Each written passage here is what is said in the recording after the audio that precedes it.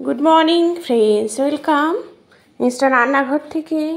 আজকে নিয়ে এসেছি রেসিপি মাছের ডিমের বড়ার কিভাবে কারি বানাবো।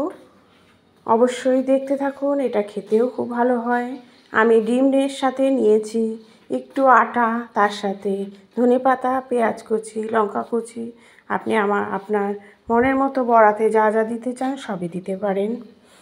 দিয়ে ধনেপাতা কুচি দিলে এটা বেশি ভালো হয়, পেঁয়াজ কুচি দরকার নেই। কারিতেই আমি পেঁয়াজ দেবো, এই জন্য পেঁয়াজ দিইনি, আমি ধনেপাতা কুচি দিয়ে এটা লঙ্কা দিয়ে একটু আটা দিয়ে আমি বড়াটা রেডি করে নিলাম। এই বড়াগুলো কিন্তু চায়ের সাথে খেতেও খুবই ভালো লাগে। এইভাবে এই বড়াগুলোকে একটু টাইম নিয়ে ভেজে নিতে হবে। কারণ হচ্ছে মাছের ডিমের বড়া কিন্তু একটু টাইম লাগে। তারপরে হচ্ছে ফোড়নে দেবেন গোটা জিরে, দারচিনি আর লবঙ্গ, এলাচ।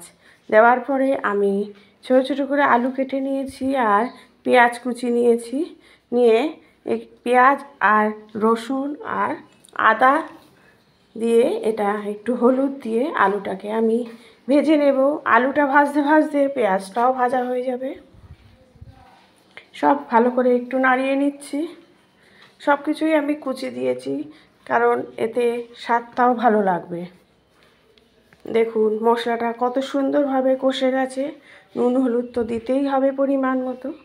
দিয়ে মশলাটা যখন ভালো করে কষে যাবে তখন জল দিয়ে দেবেন।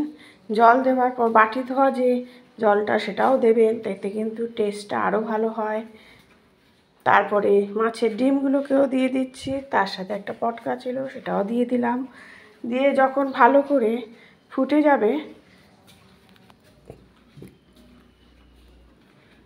একটু চিনি দিতে হবে, দিলেই কিন্তু রেডি হয়ে যাবে মাছের ডিমের বড়া।